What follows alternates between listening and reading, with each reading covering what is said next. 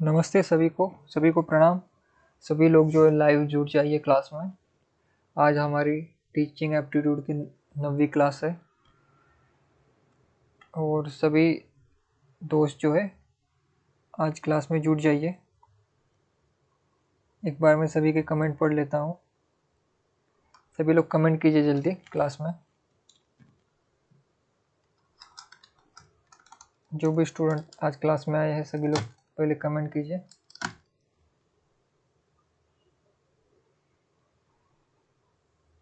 सभी लोग एक बार कमेंट कीजिए, मैं देख लेता हूँ कौन कौन कमेंट कर रहा है।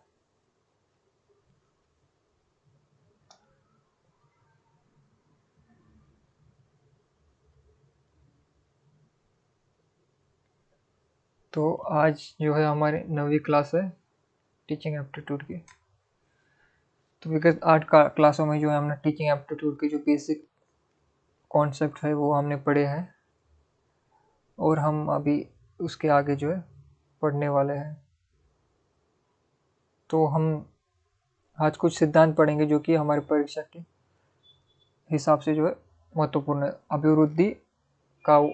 अभिवृद्धि व विकास के सिद्धांत जो है हम पढ़ने वाले इस बार।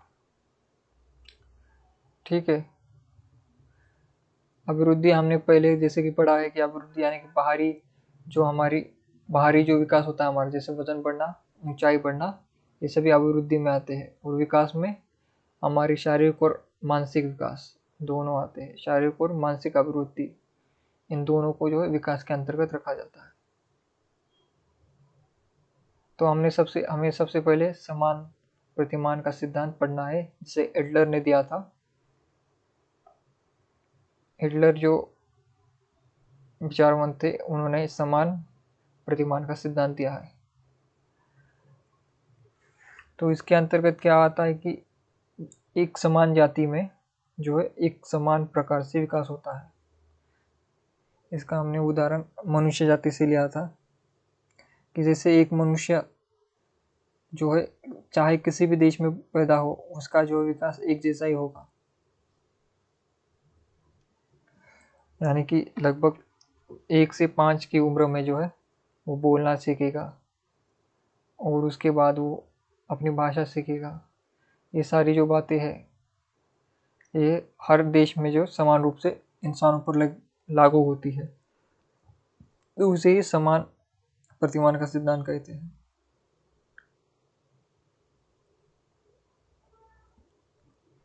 ठीक है।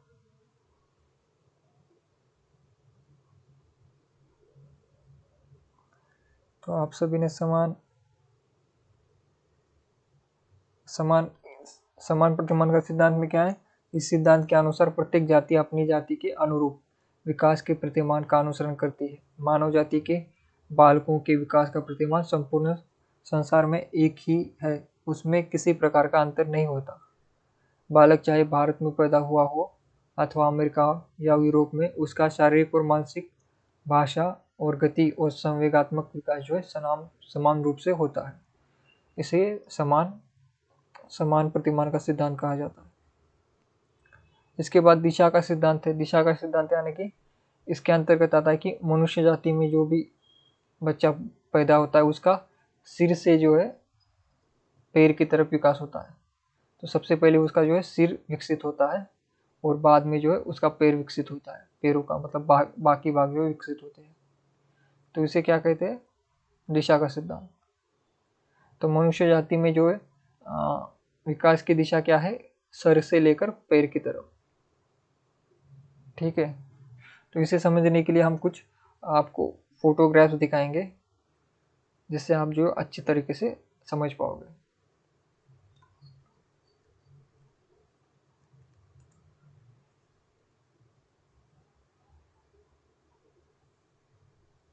एक बार सभी स्टूडेंट जरा मैं चार्ट दिखलाता हूँ।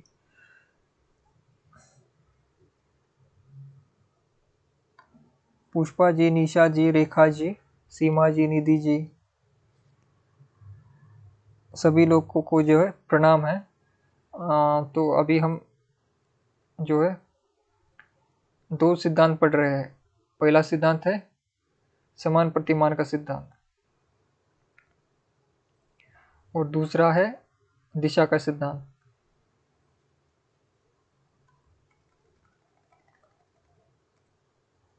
तो ये दो जो है हम पढ़ रहे हैं आज।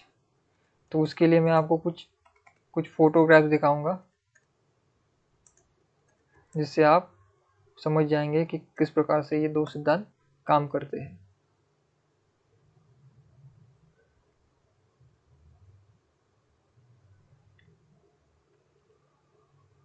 तो ये दोनों फोटोग्राफ्स जो मैंने डाउनलोड कर लिए और देखिए अभी आपके पीपीटी पे दिखाई देंगे। तो सबसे पहले हम पढ़ेंगे समान प्रतिमान का सिद्धांत, क्योंकि इसे आपको समझना इम्पोर्टेंट है। ये देखिए, यहाँ पर आपको एक लड़का और एक लड़की के विकास के बारे में दिखाई दे रहा है कि कैसे हमारा विकास होता है। तो इसे मैं और बड़ा कर लेता हूँ। तो देखिए, हमारा सबसे पहला सिद्धांत क्या है, यहाँ पर देखिए एडलर का समान प्रतिमान का सिद्धांत। समान प्रतिमान के सिद्धांत के अंतर्गत आता है कि किसी भी जाति का यानी कि जैसे उदाहरण के लिए मनुष्य जाति हो, या फिर कोई प्राणी की जाति हो, जैसे बाघ हो या चीता हो या हिरन हो, या फिर कोई भी जानवर हो या फिर पक्षी हो, उनकी अपनी जाति में जो है एक समान रूप से विकास होता है, वो चाहे देश दुनिया के किसी भी कोने में हो। हम उदाहरण के लिए एक जाति लेते हैं, उदाहरण की जाति मनुष्य जाति जो है, मनुष्य जाति जो है हम उदाहरण के लिए ले रहे हैं। यहाँ पर ये मनुष्य जाति जो है हम उदाहरण के लिए ले रहे हैं। और यहाँ देखिए, हमारे जब जन्म होता है, जन्म से लेकर 1 से 2 साल तक जो है हम छोटे होते हैं, जहाँ पर हमारे सिर पर बाल कम होते हैं, दांत भी जो है हमारे जो है पूर्ण रूप से विकसित नहीं होते और हम बोल भी नहीं पाते। तो क्या केवल भारत के बच्चे ही जो है इस उम्र में बोल नहीं पाते, या फिर यूएस के लड़के या फिर यूके के लड़के भी बोल नहीं पाते? तो आप ये देखेंगे कि दुनिया में कहीं पर भी कोई भी बच्चा पैदा हो, वो जब जब उसका जन्म होता है तो उसके सिर पर बाल नहीं होते, उसके मुंह में दांत नहीं होते, वो बोल नहीं सकता, वो पैरों पर अपने खड़े नहीं हो सकता। तो दुनिया में चाहे वो अमेरिका में पैदा हुआ हो, या फिर इंग्लैंड में पैदा हुआ हो, पाकिस्तान में हो, अफगानिस्तान में हो, अफ्रीका में हो, दुनिया के किसी भी कोने में हो, किसी भी खंड में हो, तो उसका विकास एक जैसा ही होगा कि उसका जन्म होने से पहले कितने महीने लगेंगे? 9 महीने। किसी भी देश में बच्चा पैदा हो जाए तो 9 महीने तो लगेंगे पैदा होने में। और जब वो पैदा होगा तो 2 साल तक वो जो है ऐसा छोटा बेबी रहेगा, चाहे लड़के हो या लड़की हो।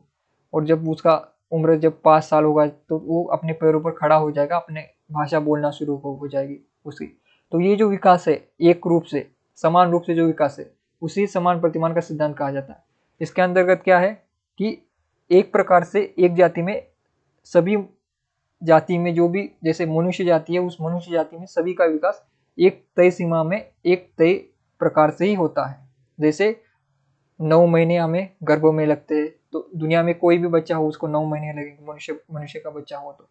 अगर कोई दूसरे जानवर का होगा तो उनके भी जितने जितने महीने लगते हैं उतने महीने ही लगेंगे। तो ये जो प्रतिमान है उसे ही समान प्रतिमान का सिद्धांत कहा जाता है। तो इसकी व्याख्या क्या है? इस सिद्धांत के अनुसार प्रत्येक जाति अपनी जाति के अनुरूप, प्रत्येक जाति यानी कि यहाँ पर जैसे मनुष्य जाति होगी या फिर जानवरों की अलग जाति होगी, तो उन जातियों की अपनी जाति के अनुरूप, यानी कि इंसानों की अपनी जाति के अनुरूप विकास के प्रतिमान का अनुसरण करती है। जैसे हमारी जाति में हमारा विकास का अनुमान है कि हम जो है 9 महीने गर्भ में बिताते हैं, उसके बाद जो है लगभग 5 वर्ष की आयु तक जो है हम बोलना चलना सीख जाते हैं। तो ये जो अनुसरण है दुनिया के सारे मनुष्य जाति के सारे बच्चे फॉलो करते हैं। तो इस सिद्धांत का अर्थ वही है, इस सिद्धांत के अनुसार प्रत्येक जाति अपनी जाति के अनुरूप विकास के प्रतिमान का अनुसरण करती है। मानव जाति के बालकों के विकास का प्रतिमान संपूर्ण संसार में एक ही है, उसमें किसी प्रकार का अंतर नहीं होता। बालक चाहे भारत में पैदा हुआ हो अथवा अमेरिका या यूरोप में, उसका शारीरिक, मानसिक, भाषा और गति और संवेगात्मक विकास जो है समान रूप से होता है। तो ये हो गया हमारा समान प्रतिमान का सिद्धांत। तो इसमें किसी को डाउट है? समान प्रतिमान का सिद्धांत, इसमें किसी को डाउट है? एक बार मैं कमेंट देख लेता हूँ। सपना जी, रेखा जी, रुखसार जी, पूजा जी, पिंकी जी, सभी को गुड इवनिंग है। सभी लोग एक बार बताइए कि समान प्रतिमान का सिद्धांत, इसमें कोई डाउट है आपको?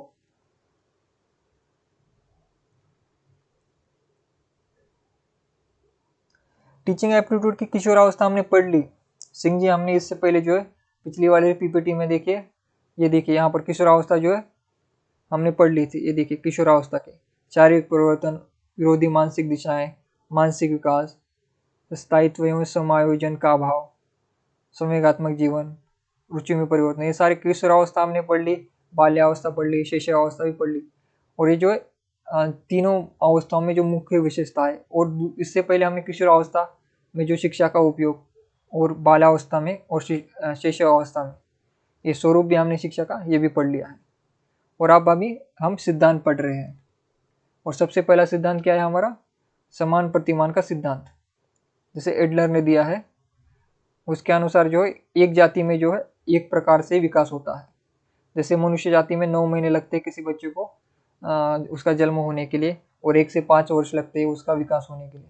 तो यही जो फॉर्मूला जो सभी मनुष्य जाति फॉलो करती है, उसे ही समान प्रतिमान का सिद्धांत कहा जाता है। कि एक जाति में एक जैसा ही जो विकास होता है, विकास का समय लगता है। कि मनुष्य जाति में किसी बच्चे के गर्भ में विकास होने के लिए कितना समय लगता है? 9 महीने का। तो ये 9 महीने सभी के लिए एक रूप से है। तो ये तो नहीं है कि अमेरिका में 5 महीने में बच्चा पैदा होता है और इंडिया में 10 महीने में, ऐसा तो नहीं है ना। तो सभी जगह पर एक ही फॉर्मूला है, एक ही रूल है। तो उसे ही क्या कहते हैं? समान प्रतिमान का सिद्धांत। और इसे एडलर ने दिया था। तो ये पहला और महत्वपूर्ण सिद्धांत है। ये सिद्धांत आपको समझ आया? किसी को डाउट हो तो बताइए, उसको हम कॉल पर ले लेंगे।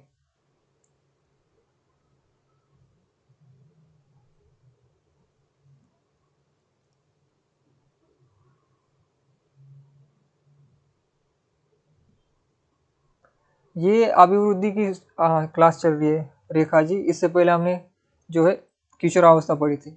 अभी हमारे सिद्धांत चल रहे हैं अभिवृद्धि। हमने अभिवृद्धि का अर्थ समझा था, जो बाह्य विकास है हमारा, यानी कि वजन बढ़ना और ऊंचाई बढ़ना, वो क्या आती है? अभिवृद्धि में आती है। और विकास में क्या आता है? मानसिक और शारीरिक विकास, दोनों भी। तो ये क्लास हमारी चल रही है, तो इसकी सिद्धांत हम पढ़ रहे हैं। तो पहला सिद्धांत क्या है?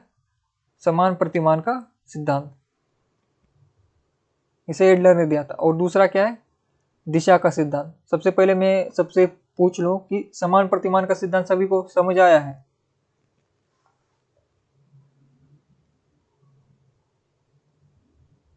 निशा जी, समझ नहीं आ रहा?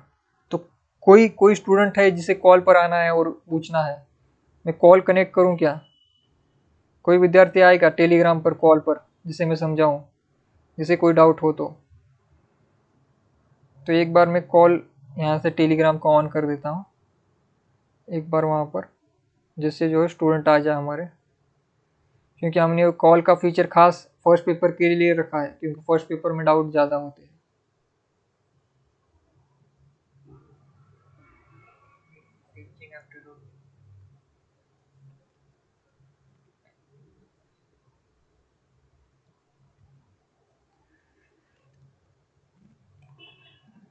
तो देखिए,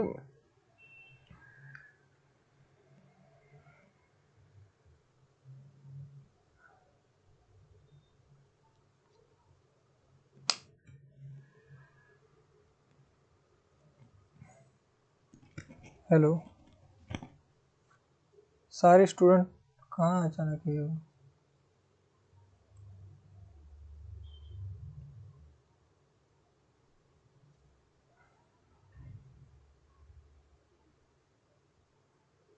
एक बार जो है मैं यहाँ से ऑन कर लेता हूँ।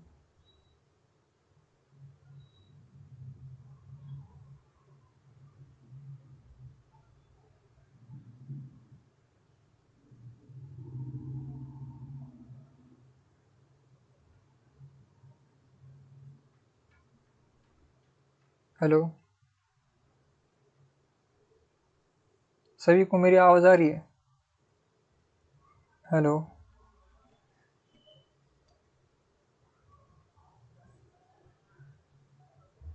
कोई डाउट नहीं है? अच्छा, लेकिन फिर भी मैंने वहाँ पर चैट ऑन करके रखी है, अगर किसी को डाउट होगा तो हम उसे कनेक्ट कर लेंगे, ठीक है। तो अभी फ़िलहाल के लिए मैं इसे ऑफ कर देता हूँ यहाँ से, ठीक है। तो समान प्रतिमान का सिद्धांत सभी को समझ आ गया?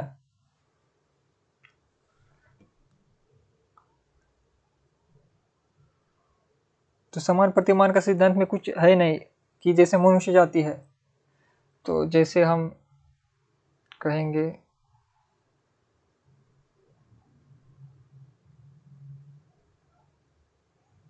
कि जैसे किसी एक व्यक्ति का विकास होता है, जैसे लड़कों का अभी यहाँ पर हमने फोटो दिखाया था कि कैसे विकास होता है एक जैसा, उसी प्रकार जो है एक जैसा ही विकास होना। अभी एक बार फिर से मैं आपको दिखा देता हूँ फोटो।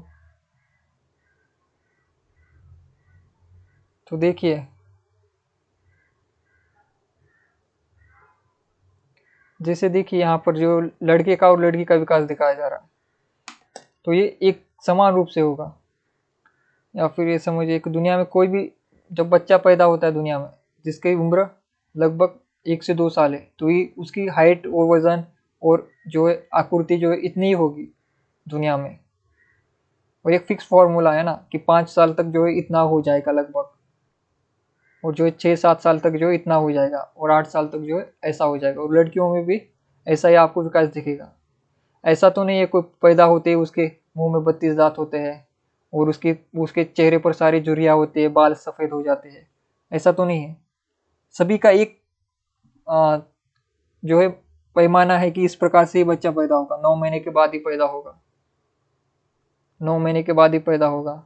और पैदा होगा तो उसके सिर पर जो है ऐसे बाल नहीं होते, बच्चा होता है, गोद में उसे लिया जा सकता है, ऐसा छोटा होता है बेबी, जिसे कोई भी भाषा नहीं आती। तो ये जो समानता है सारे विश्व में, इंसानी जाति में एक समान रूप से विकास होना, इसे समानता का प्रतिमान कहा जाता है। इसमें कोई डाउट नहीं है। अगर किसी को डाउट होगा तो वो हमारी जो है ऑडियो कॉल पर वो बात कर सकता है मुझसे। और इसके बाद जो है दिशा का सिद्धांत, ये भी इम्पोर्टेंट है दिशा का सिद्धांत, इसे भी आप समझ लीजिए। दिशा का सिद्धांत में है कि हमारा जो विकास होता है उसका विकास मनुष्य जाति का विकास, मनुष्य की जाति की विकास के बारे में हम चर्चा कर रहे हैं। तो उसको भी मैं आपको एक पीपीटी के साथ दिखाऊंगा, फोटो के साथ। तो ये देखिए, तो यहाँ पर हम दिशा का सिद्धांत लिख देते हैं यहाँ पर, क्योंकि हम दिशा का सिद्धांत पढ़ रहे हैं इसलिए ये फोटो एक ऑनलाइन हमने निकाली है। तो यहाँ पर जो है दिशा का सिद्धांत हम लिख देंगे।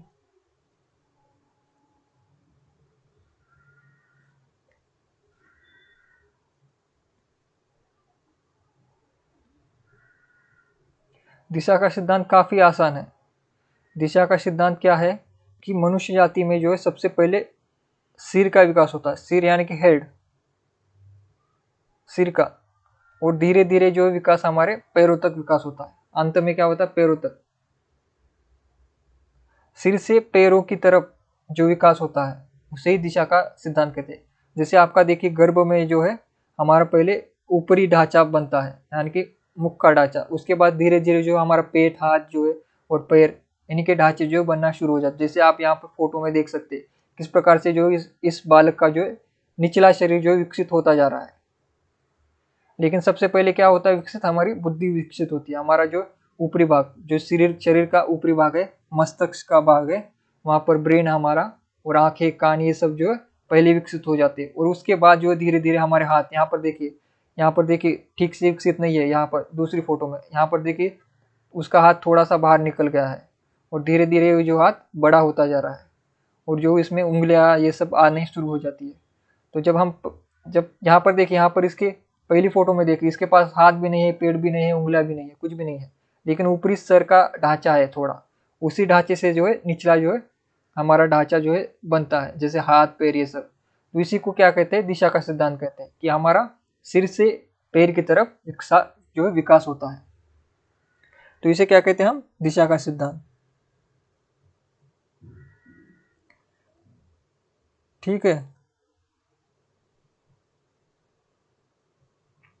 तो दिशा के सिद्धांत में किसी को कोई ये प्रॉब्लम, दिक्कत है, डाउट हो तो कमेंट कीजिए।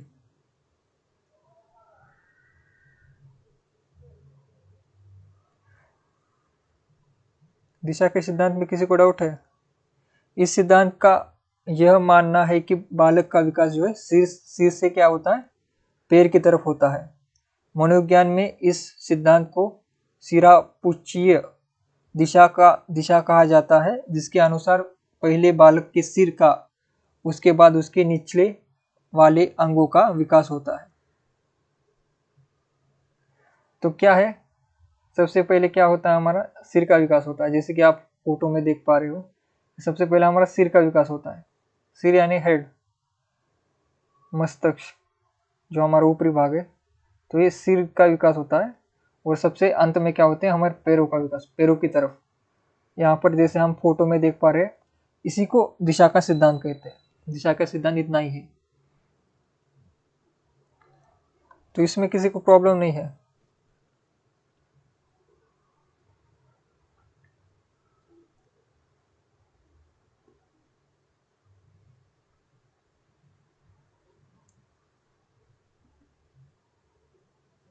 ठीक है, एक बार मैं कमेंट देख लेता हूँ।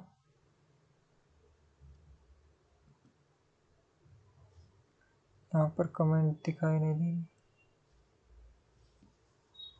सिंह जी, रेखा जी, अर्चना जी, निशा जी, आपको डाउट है इन दोनों में, समान प्रतिमान का सिद्धांत और दिशा का सिद्धांत। समान प्रतिमान में क्या है कि एक जाति में जो एक जैसा ही विकास होता है, उसे समान प्रतिमान का सिद्धांत कहा जाता है। और दिशा का सिद्धांत में है सिर से पैर की तरफ हमारा विकास होता है, उसे दिशा का सिद्धांत कहते हैं। इतना ही है, इसमें किसी को डाउट है जल्दी कमेंट कीजिए।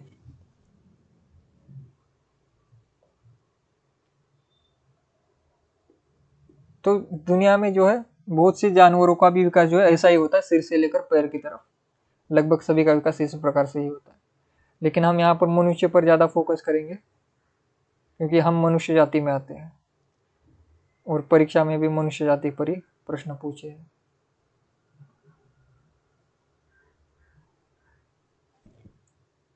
ठीक है,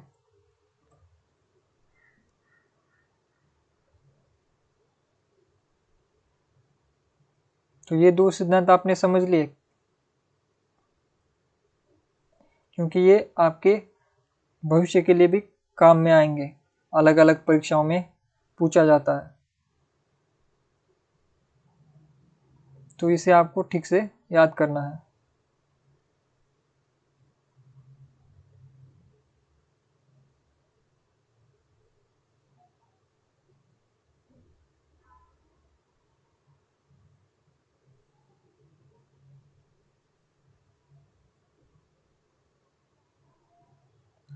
तो आगे बढ़ते हैं हम। आगे है विभिन्न अंगों की गति का सिद्धांत। तो इसके अंतर्गत क्या है, हमारे शरीर में जो भी अंग है, हमारे हाथ पैर, ये जो अंग है, इनका जो विकास, जो उसके विकास और उसकी गति, उसके बारे में जो है इसके अंतर्गत बताया जाता है। तो किस प्रकार से किस उम्र में हमारे शरीर के किस अंगों का विकास होता है और किस प्रकार से उसका बढ़ोतरी होती है शरीर में, इसके बारे में इसके अंतर्गत बताया गया है।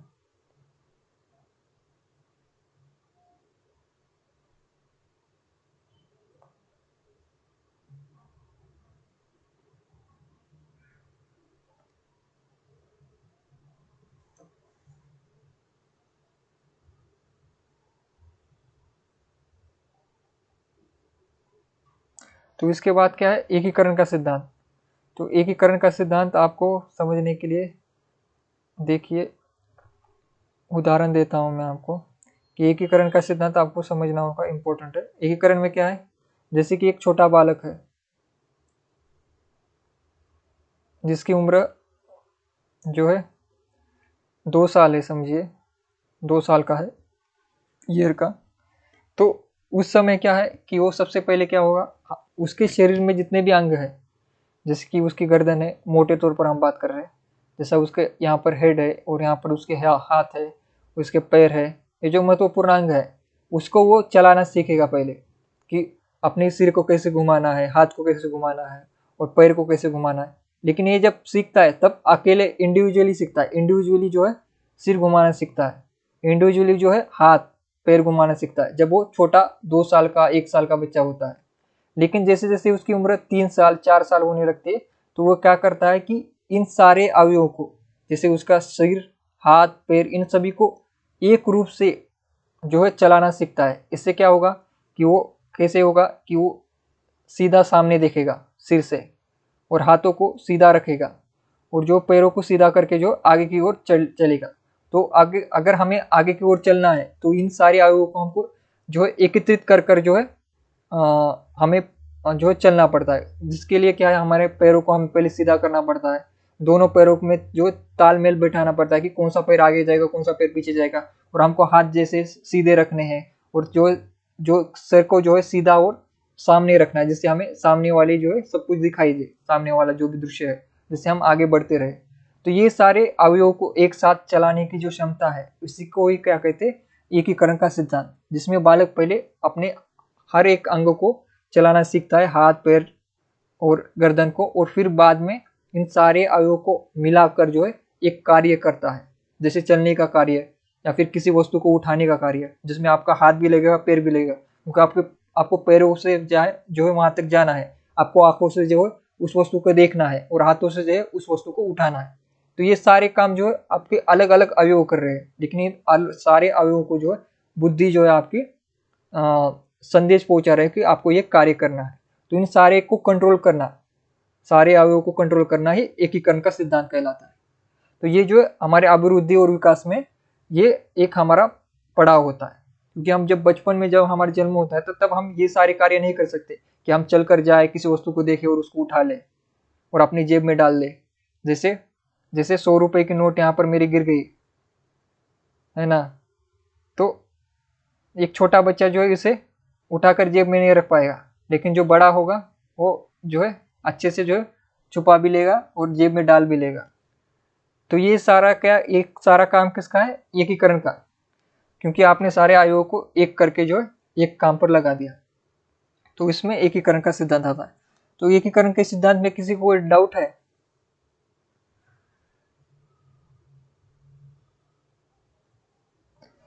तो एकीकरण के सिद्धांत में देखिए, कोई कमेंट कीजिए इसमें कोई डाउट है। एकीकरण का सिद्धांत इसमें क्या है कि पहले हम अपने अलग अलग अवयवों को चलाना सीखते हैं। आप इमेजिन कीजिए, जब फर्स्ट पेपर पढ़ना है तो आपको सबसे ज्यादा इमेजिन करना है कि आप इमेजिन कीजिए कि आप बच्चे हैं छोटे से। तो जब आपका जन्म हुआ था तो तब क्या आपके हाथ पैर सारे एकदम सब काम करते थे? जब 1 साल के थे नहीं करते थे। आपको एक टाइम पर सिर्फ सिर हिलाना आता था या फिर हाथ हिलाना। आप ऐसा तो नहीं थे जन्म लेते ही आपने हाथ पैर सब कुछ हिला लिया और जो सूट बूट पहन लिया और भागते चले गए ऑफिस में। ऐसा तो नहीं हुआ ना। आपने पहले पहले धीरे धीरे धीरे सीखा कि गर्दन कैसे हिलानी है, हाथ कैसे हिलाने हैं, पैर कैसे हिलाने, फिर इन सब सारे अवयवों को मिलाकर कैसे कार्य करना है। तो ये सब कुछ जब हम मिलाकर कार्य करते हैं तो उसे क्या कहते हैं, एकीकरण का सिद्धांत। इसमें किसी को कोई डाउट है? जल्दी कमेंट कीजिए किसी को डाउट हो तो।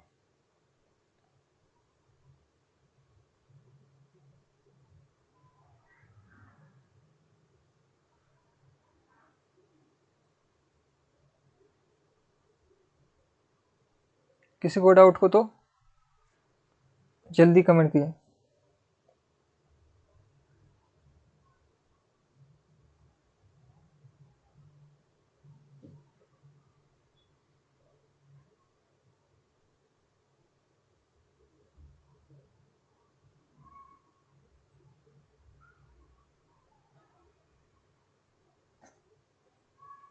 नहीं है, कोई डाउट नहीं है। फिर देखिए आगे है सामान्य से विशिष्ट प्रक्रिया का सिद्धांत।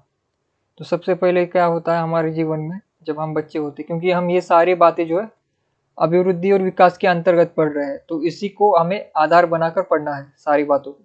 तो सामान्य जो हम कार्य करते हैं बचपन में, यानी कि उठना बैठना खेलना, ये जो सामान्य कार्य जो छोटा बच्चा करता है, लेकिन जब वो थोड़ा बड़ा हो जाता है तो उससे विशिष्ट कार्य कर सकता है। जैसे सामान्य कार्य क्या है, चलना रेंगना या फिर बात करना, लेकिन विशिष्ट कार्य क्या है, जब हम बड़े हो जाते तो छलांग मार देते हैं या फिर भागना दौड़ना, सामान्य क्या होता है, सामान्य हम पहले मम्मी पापा बोलना शुरू करते हैं, लेकिन जब हम 7-8 साल के हो जाते हैं तब गाली देना शुरू कर देते हैं। ये क्या है, विशिष्ट काम। तो सामान्य से विशिष्ट प्रक्रिया कि आप में डेवलपमेंट हो रहा है। सबसे पहले आप में जो था, आपके पास कम स्किल थी जब आप छोटे बच्चे थे, आपको रेंगना आता था, उसके बाद आपने चलना सीखा, फिर उसके बाद आपने दौड़ना सीखा, फिर भागना सीखा, फिर झूठ बोलना सीखा, फिर लोगों को मारना सीखा, पीटना सीखा, छोटे बच्चों को। तो ये सारी क्या बात है, सामान्य से विशिष्ट प्रक्रिया की ओर जाने वाली बातें हैं। तो इसे सामान्य से विशिष्ट प्रक्रिया का सिद्धांत कहा जाता है। फिर वंशानुक्रम व वातावरण की अंतःक्रिया का सिद्धांत। तो वंशानुक्रम में क्या इंपॉर्टेंट है, डीएनए। वंशानुक्रम किससे डिसाइड होता है, डीएनए से। आपको पता है डीएनए कि सभी का जो है अपने माता पिता से जो है डीएनए प्राप्त होता है। और डीएनए का जो है ऐसे आकृति ऐसी बनती है, दो सांपों की तरह। ये इधर से ऐसा आता है और ये इधर से ऐसा ऐसा ऐसा जाता है। तो डीएनए में क्या है, आपके माता पिता से जो आपको मिलता है वंश के अनुसार। जैसे आपके माता पिता की अगर ऊंचाई ज़्यादा हो तो आपकी भी ऊंचाई जो ज़्यादा हो सकती है। जैसे आपके माता पिता का रंग गोरा हो या फिर सांवला हो तो वही रंग आपको मिलेगा। आपके माता पिता को कोई रोग हो या फिर कोई बीमारी हो, वो बीमारी भी आप में आ सकती है। जैसे आपके माता पिता को अगर शुगर है तो वो बीमारी आप में आ सकती है। क्यों आती है, वो डीएनए के कारण आती है, वंशानुक्रम के कारण आती है। तो ये उसका विकास होता है। आपके शरीर में जो भी आपका जो स्किन कलर है, आपकी जो ऊंचाई है, ये इस पर सारा प्रभाव आपके पिताजी का, माताजी का, या फिर आपके नाना या नानी का, या फिर दादा या दादी का होगा। उन इसलिए कहते कि इसकी शक्ल तो पापा पर गई है या फिर मम्मी पर गई है। क्यों जाती है, क्योंकि उनका डीएनए आपके अंदर है। तो ये डीएनए एक प्रकार से सिग्नेचर होता है जो परंपरा से चलता है। जो आपके माता पिता या फिर दादा दादी है, उनके जो ये गुण आपके अंदर आएंगे, उसे ही वंशानुक्रम कहते हैं। फिर दूसरा क्या है, वातावरण की अंतःक्रिया क्या है, जैसा आपको वातावरण मिलेगा उसके अनुसार आपकी अभिवृद्धि और विकास होगी। अगर आप अगर एक ऐसे घर में पैदा हुए जहाँ पर जो है दो समय का आपको भोजन नहीं मिलता, यानी कि एकदम गरीब परिवार में आप अगर आपका जन्म हुआ है, तो आपकी जो बाहरी अभिवृद्धि यानी कि जो बाहरी विकास है, जैसे ऊंचाई और वजन जो है, ये जो ऊंचाई जो होती है, ऊंचाई और जो वजन होता है, वजन जो होता है, ये जो दो बातें हैं, ये जो है आपकी बढ़ेगी नहीं। क्यों नहीं बढ़ेगी, क्योंकि आपका जो विकास नहीं हुआ। क्योंकि इन सभी विकासों के लिए क्या होता है, आपकी वजन बढ़ने के लिए, आपकी ऊंचाई बढ़ने के लिए आपको जो है खाना खाना पड़ता है, आपकी माता को और आपको भी। अगर समय पर आपको खाना नहीं मिलता तो आपने देखा होगा कुपोषण होता है। कुपोषण में क्या होता है, कुपोषण में बच्चे के जो है हाथ पैर जो है पतले हो जाते हैं और जो पेट बाहर निकल जाता है। तो मैं आपको एक कुपोषण का एक उदाहरण देता हूँ, वातावरण का क्या परिणाम होता है उसको आप समझ पाएंगे कि जिस प्रकार से आपका वातावरण होता है उस प्रकार से आपका शरीर भी बदलता है।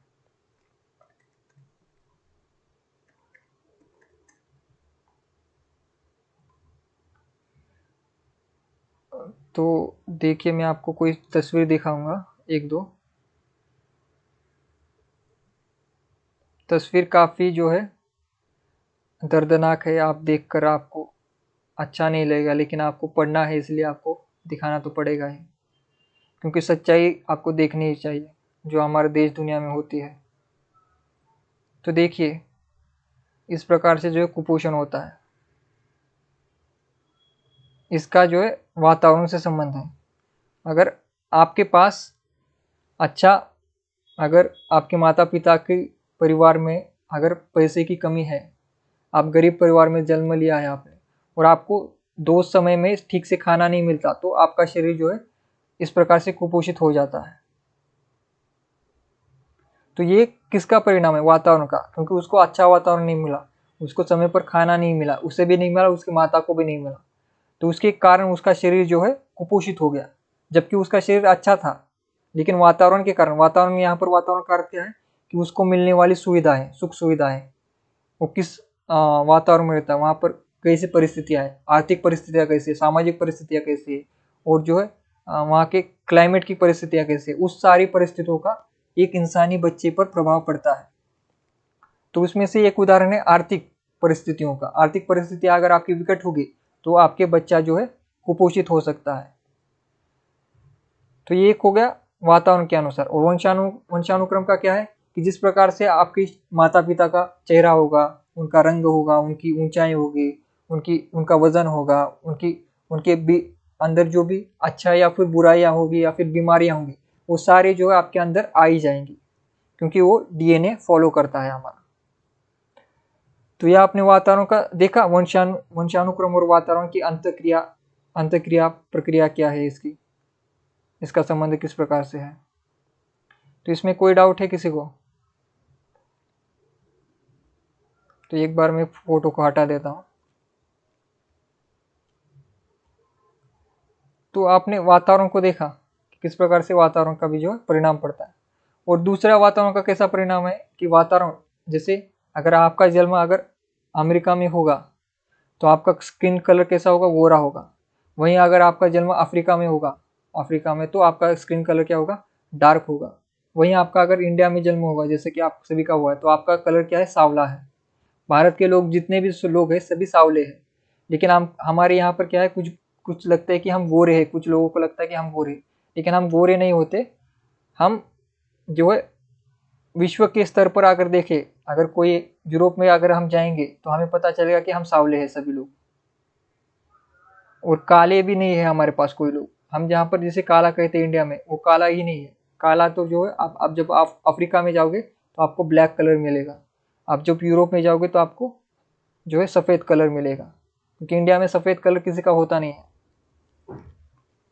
लेकिन हमें लगता है यहाँ पर, यहाँ की तुलना में। तो जो वातावरण और वंशानुक्रम में ये होता है कि जिस प्रकार का आपका वंश है, जिस जहाँ पर आपका जन्म हुआ है, उसका जो है आपके विकास और अभिवृद्धि में परिणाम होता है, इफेक्ट पड़ता है।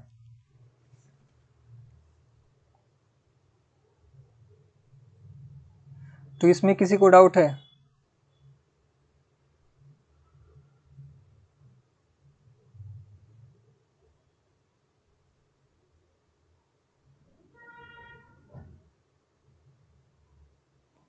इसमें किसी को डाउट हो तो बताइए जल्दी।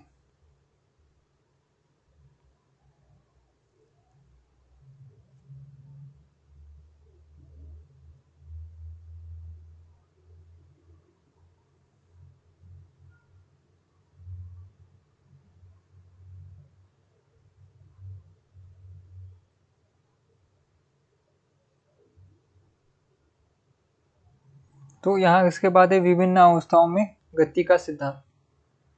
तो देखिए, विभिन्न अवस्थाओं में यानी कि हमने देखी हमारी जो मूल रूप से 4 अवस्था होती है। एक तो शैशवावस्था होती है, दूसरी बाल्यावस्था होती है, और तीसरी किशोरावस्था, और चौथी है प्रौढ़ावस्था। तो इन सभी में जो है हमारी जो गति अलग होती है। जैसे जो हमारी शैशवावस्था होती है उसमें जो है सबसे ज़्यादा जो है हमारा विकास होता है, क्योंकि तब हम कोरे कागज़ होते हैं। हमें कोई भाषा नहीं आती, हमें हाथ चलाना नहीं आता, पैर चलाना नहीं आता, हमें उठना नहीं आता, हमें बैठना नहीं आता, हमें कुछ भी करना नहीं आता, क्योंकि हमारा जस्ट जन्म हुआ है। तो उस समय जो है हमारी गति काफ़ी तेज होती है विकास की। हमारा उस समय शरीर भी बढ़ रहा होता है, शरीर का वजन बढ़ रहा होता है, शरीर की ऊंचाई बढ़ रही होती है, हमारे सिर पर बाल आना शुरू हो जाते हैं, हमारे दांत आना शुरू हो जाते हैं, हम बोलना शुरू कर देते हैं, हम भाषा सीखना शुरू कर देते हैं, हम चलना सीखते हैं, हम गिरना सीखते हैं।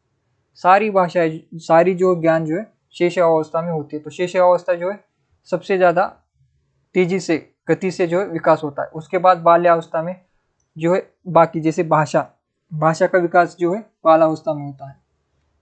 उस अवस्था में जो है आप अपनी मातृभाषा सीखते हैं, और साथ ही साथ अंग्रेजी भाषा और हिंदी भाषा, ये जो आप बाल्यावस्था में सीख जाते हो। बोलना लिखना की शुरुआत होती है। और उसके बाद किशोरावस्था में उसे आप फिर आप सामाजिक रूप से विकसित होती है, यानी कि समाज में कैसे आपको बात करना है, बड़ों से कैसे बात करना है, या फिर विचार कैसे करने हैं, ये सारी बातें जो आपके किशोरावस्था में होती है। किशोरावस्था में आपके शरीर में जो है शारीरिक बदलाव होते हैं। आप जो है कुमार से जो है आप प्रौढ़ होते हैं, यानी कि आप में जो पुरुषों में जो पुरुषों का जो है शरीर में बदलाव आते हैं, स्त्रियों में स्त्रियों के बदलाव आते हैं, और जो है वो एक स्त्री बन जाती है, पुरुष एक पुरुष बन जाता है। आपको उदाहरण के साथ समझाने की कोई बात नहीं है, आप समझते हैं कि क्या बदलाव आते हैं, कि आप जो है 18+ हो जाते हो, यानी कि आप जो है आपके अंदर जो है बदलाव आते हैं किशोर से प्रौढ़ावस्था में जब आप जाते हो। फिर आपकी प्रौढ़ावस्था में जैसे ही आप जाते हो तब आपका विकास की गति जो है धीरे धीरे कम हो जाती है, तब आपकी ऊंचाई बढ़ना खत्म हो जाती है, और फिर आपके कोई सिर पर बाल आना भी खत्म हो जाते हैं, झड़ना शुरू हो जाते हैं, दांत भी जो गिरना शुरू हो जाते हैं, तो विकास नहीं होगा आप उसके बाद। जब आप प्रौढ़ावस्था में चले जाते हो तो आपकी जो शारीरिक विकास जो है पूरा लगभग खत्म हो जाता है, फिर आपका विकास उल्टी गति से चलता है, यानी कि डिक्रीज होना शुरू हो जाता है, आपके बाल गिरना शुरू हो जाते हैं, दांत गिरना शुरू हो जाते हैं, यानी कि विकास खत्म हो जाता है प्रौढ़ावस्था के बाद। तो प्रौढ़ावस्था में सबसे कम विकास होता है, शेष अवस्था में सबसे ज्यादा विकास होता है। तो यही विभिन्न अवस्थाओं में गति का सिद्धांत है कि किस प्रकार से गति होती है हमारे विकास की और अभिवृद्धि की।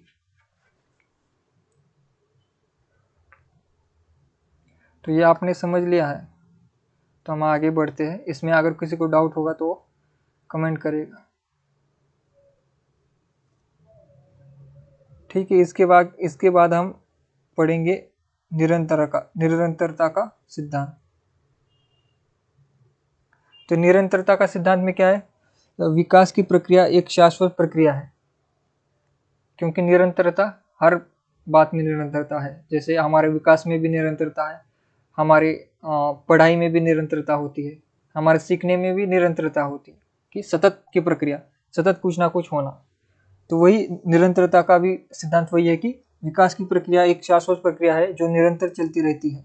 यद्यपि विकास की गति सदैव समान नहीं रहती, यह गति कभी तीव्र और कभी मंद होती है। तीव्र कब होती है? शैशवावस्था में। मंद कब होती है? प्रौढ़ावस्था में है, परंतु चरम सीमा तक पहुंचने से पूर्व कभी रुकती नहीं है। तो अभी देखिए, प्रौढ़ावस्था के बाद भी आपकी जो विकास होता है, कैसा विकास होता है? उल्टा विकास होता है। जैसे आपका शरीर जैसे पूरा बढ़ चुका है तो अब वो ढलना शुरू हो जाता है, यानी कि आप बुढ़ापे की तरफ जाना शुरू हो जाता है। जैसे आपके बाल बड़े घने काले हो गए, अब धीरे धीरे वो सफेद होना शुरू हो जाएंगे। वो भी एक विकास है, निगेटिव है लेकिन विकास ही है। तो वो विकास निरंतर चलता ही है। कोई व्यक्ति जब जन्म लेता है और जब मृत्यु लेता है तब तक उसके शरीर में बदलाव हमेशा होते ही रहते हैं। जैसे वो प्रौढ़ होने के बाद उसके हाथों में झुर्रियां आएंगे, चेहरे पर झुर्रियां आएंगी, उसकी आंखें कमजोर हो जाएंगी, उसे दिखना कम हो जाएगा। ये भी एक प्रकार का विकास ही है। तो ये निरंतरता चलती रहती है हमेशा मृत्यु तक। जब तक आपकी मृत्यु नहीं होगी तब तक आपके शरीर में कुछ ना कुछ बदलता रहेगा। हर दिन आप देखेंगे कि दाढ़ी भी जो होती है पुरुषों में, तो आप एक दिन आप शेविंग करके आते हैं, दूसरे दिन आपकी दाढ़ी फिर से आ जाती है, क्योंकि हर कुछ मिनट में जो आपकी दाढ़ी जो केस थोड़ा थोड़ा ग्रोथ होता ही रहता है उसका। तो ये निरंतर हमारे शरीर में कुछ ना कुछ बदलाव आते ही रहते, धीरे धीरे धीरे धीरे। जब हम बोलते हैं, हमारे बोलने में भी जो है हमारा जो आवाज है प्रयोग होता है, शरीर के जो एनर्जी खर्च होती है, फिर से हम जो है उसे फील कर देते भोजन करके। लेकिन ये जो प्रक्रिया है हमारी, उससे क्या होता है, धीरे धीरे जो हमारा शरीर जो है नश्वरता की तरफ बढ़ता है। क्योंकि हम आज बात कर रहे हैं, आज हमने भोजन किया, तो उसका शरीर पर एक निगेटिव इम्पैक्ट भी पड़ता है कि धीरे धीरे वो यूज हो रहा है। जैसे कि हम किसी मोबाइल का उदाहरण लें, कि अगर हम मोबाइल अगर रोज यूज करते हैं तो 1 साल बाद, 2 साल बाद, 3 साल बाद कभी ना कभी वो बंद हो ही जाएगा, क्योंकि हमने उसे यूज कर लिया है। तो वैसे ही हमारा शरीर हम यूज कर रहे हैं तो ये खर्च हो रहा है, हमें भले ही बाहर से नहीं दिख रहा लेकिन ये खर्च हो रहा है धीरे धीरे। जैसे हमारे पास पैसे होते हैं, जैसे हमारे पास मान लीजिए 100 रुपये होते हैं, तो हर दिन हम अगर एक एक रुपये अगर हम खर्च कर रहे हैं तो उसका ये जो 100 रुपये एक दिन खत्म हो जाएंगे। वैसे हमारा जो शरीर जो आज हम यूज कर रहे हैं, आप यहाँ पढ़ रहे हो, तो ये खर्च हो रहा है आपका शरीर, कि ये जो एक एक दिन खत्म हो जाएगा। तो ये क्या है, निरंतरता चल रही है हमारे खर्च की तरफ। वैसे ही शरीर में भी जो निरंतर बदलाव आते रहते हैं। एक तो पहले जो शैशवावस्था से प्रौढ़ावस्था तक उसका विकास होता है, और प्रौढ़ावस्था से वृद्धावस्था तक उसका जो है जो विकास जो है पूरी तरह से अधोगति की तरफ जाता है, निगेटिव की तरफ जाता है।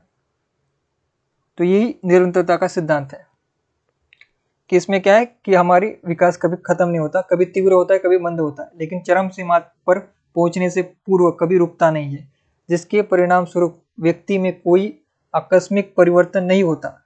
तो आप में भी आकस्मिक कोई परिवर्तन नहीं होता कि आप जन्म लिए उसके दूसरे दिन ही आप जो बूढ़े नहीं हो जाते। ये धीरे धीरे प्रक्रिया है, इसलिए निरंतरता कहता है। इसे निरंतरता का अर्थ ये नहीं होता कि 2 दिन में चेंज हो जाए। निरंतरता का अर्थ ये होता है कि धीरे धीरे धीरे धीरे बदलाव हो।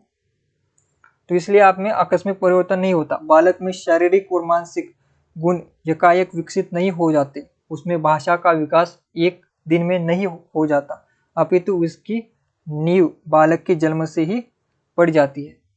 तो ये है निरंतरता का सिद्धांत, यानी कि हम जीवन में निरंतर कुछ ना कुछ हमारे अंदर विकास होता है। भाषा का विकास, सामाजिक विकास, सांस्कृतिक विकास, शारीरिक और मानसिक विकास, सारे प्रकार के विकास जो है हमारे निरंतर होते ही रहते धीरे धीरे।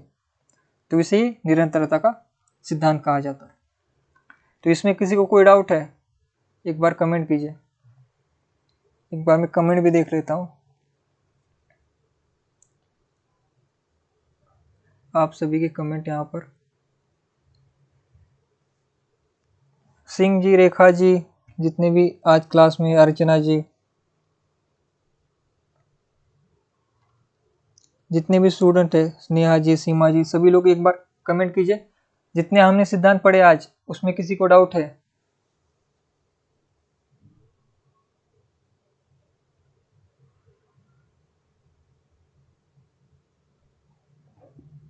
किसी को डाउट हो तो पूछिए।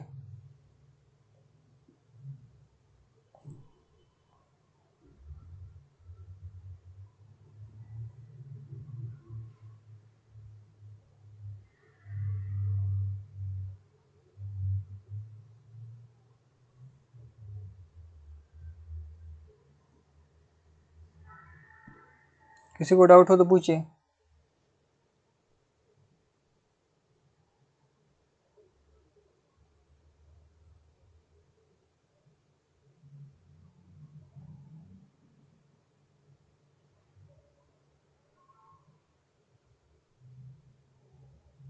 तो इसके बाद हमारा इंपॉर्टेंट है परस्पर संबंधों का सिद्धांत। ये काफी इंपॉर्टेंट है और थोड़ा क्लिष्ट है, जिसे आपको समझना होगा कि इसमें क्या है। परस्पर संबंधों का सिद्धांत क्या है? इसमें एक होता है हमारे शरीर में, क्या होता है, एक तो शरीर होता है, यानी कि शारीरिक, और दूसरा मानसिक। 2 प्रकार के विकास होते हैं।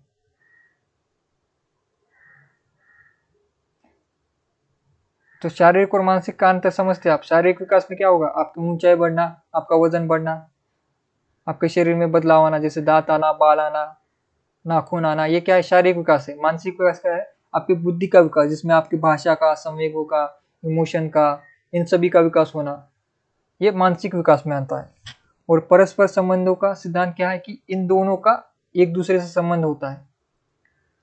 ये दो एक दूसरे के पूरक है। कैसे? इसे आप उदाहरण से समझिए कि एक दूसरे से कैसे पूरक है। कि जैसे आप देखेंगे कि जिस प्रकार से आपका शरीर विकास होता है धीरे धीरे, तो उस प्रकार से आपके मन में भी जो बदलाव आने शुरू हो जाते हैं। जैसे समझिए कि जैसे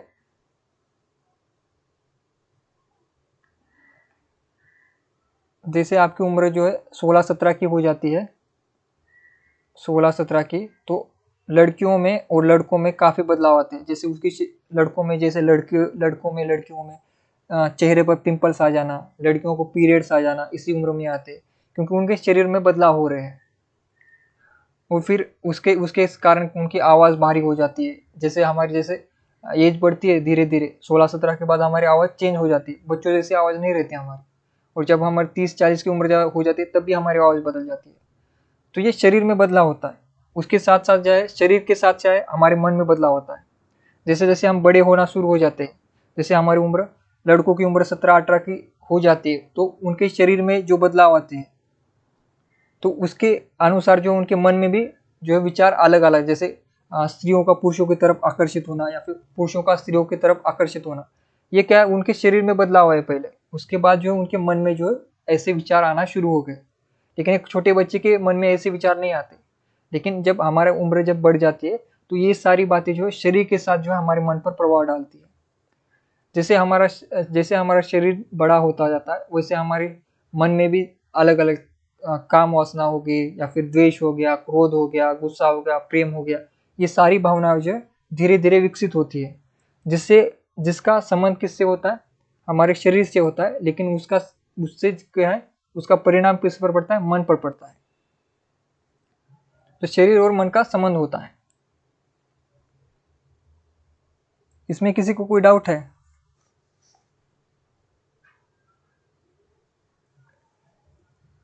इसमें इतना ही है कि हमारे शारीरिक और मानसिक जो भी हमारे विकास है, इनका एक दूसरे से संबंध होता है, यही है इसमें।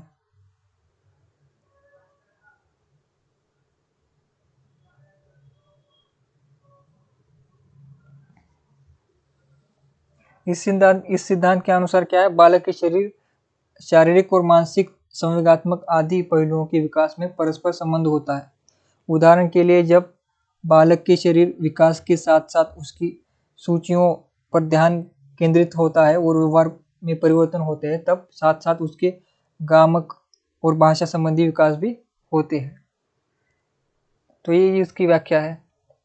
तो व्याख्या से ज़्यादा मैंने आपको उदाहरण से समझाया, जिससे आपने समझ लिया। जैसे उम्र बढ़ती है, उसके साथ साथ आपके मन में भी जो है विचार बदल जाते हैं।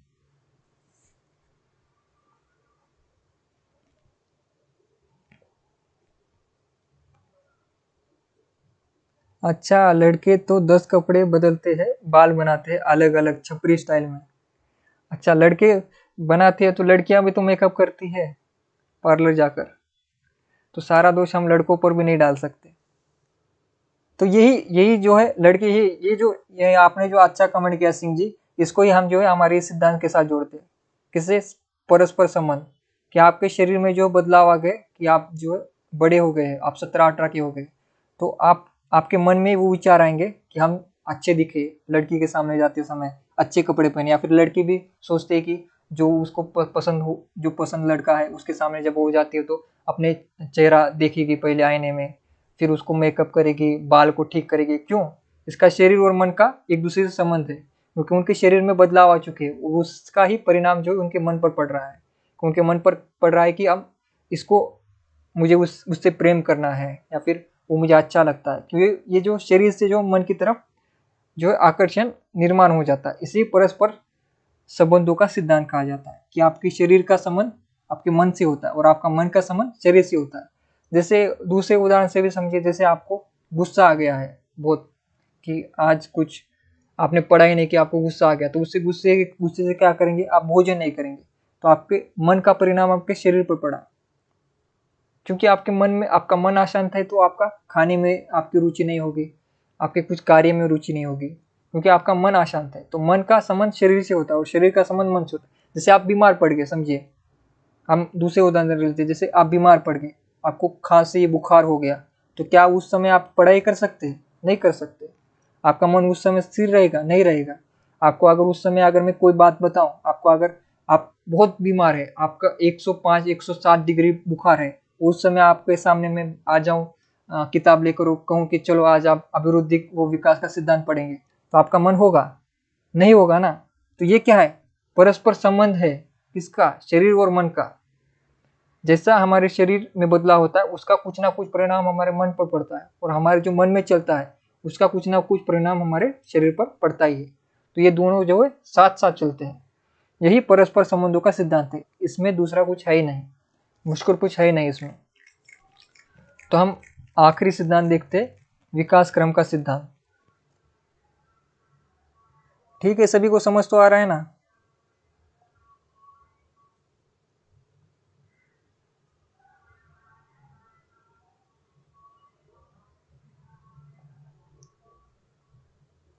सभी को समझ तो आ रहा है ना? कमेंट कीजिए।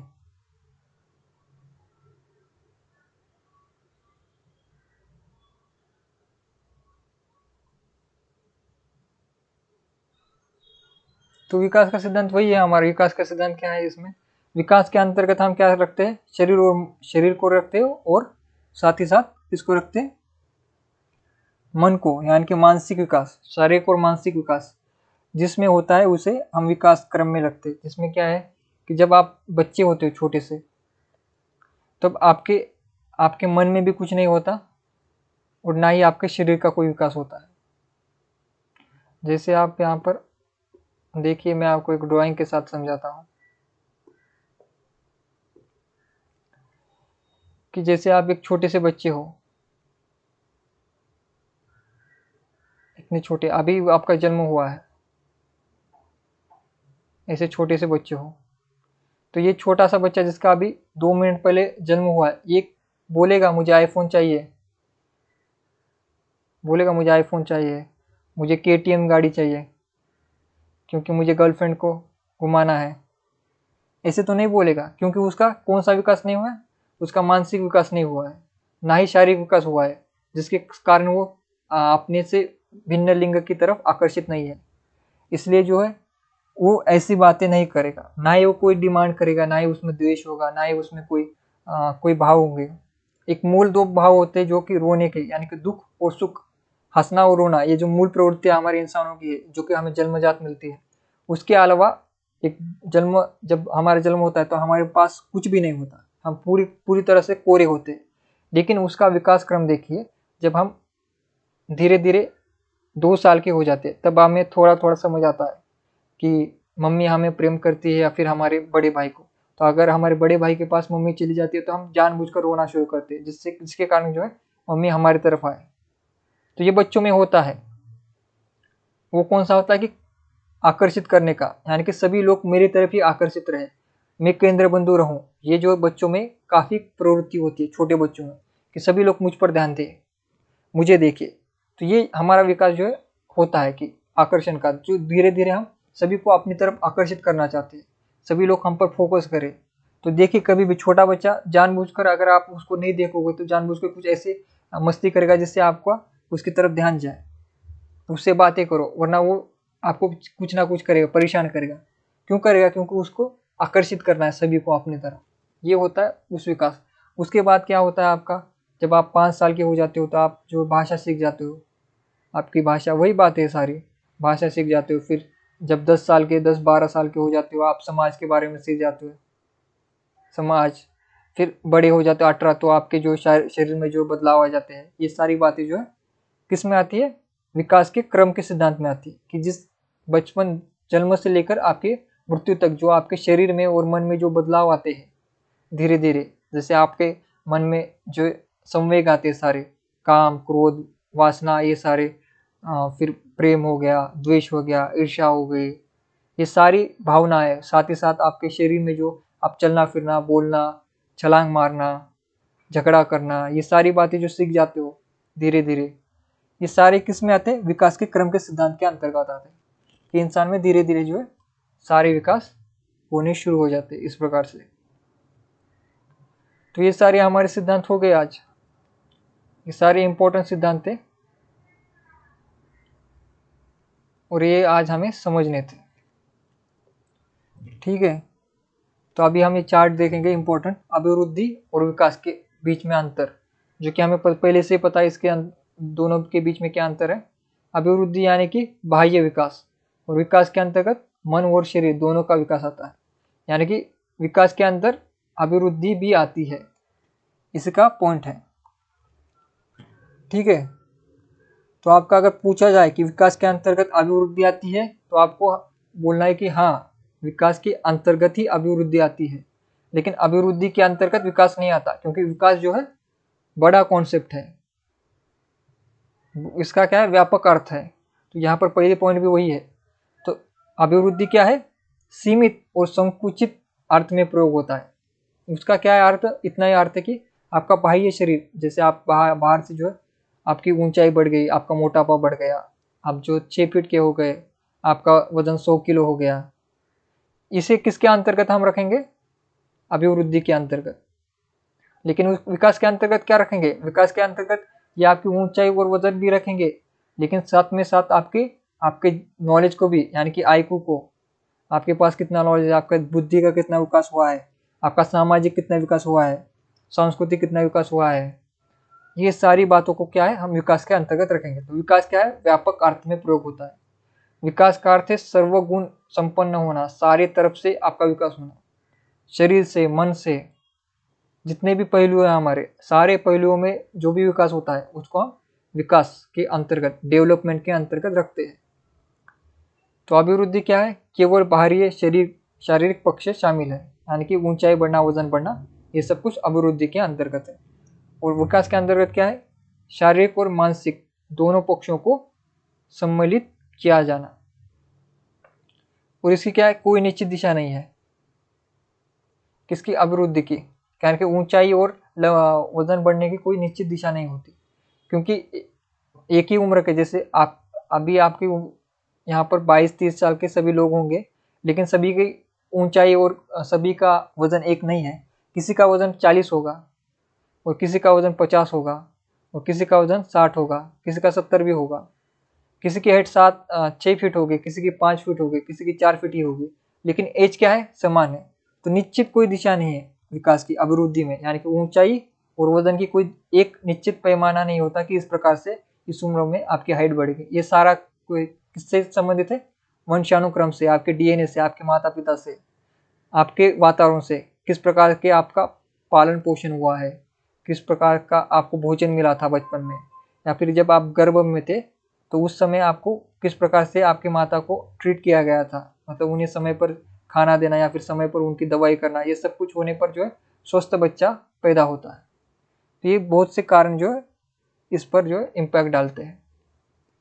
तो ये हो गया अभिवृद्धि में। तो कोई निश्चित दिशा नहीं है, लेकिन जो है विकास का निश्चित क्रम होता है। कौन सा विकास, इसमें जैसे हम पढ़ते हैं, जैसे हम शिक्षण में भी पढ़ते हैं, शिक्षण में क्या पढ़ते हैं, हमारे 3 स्तर पढ़ते हैं। पहला कौन सा है,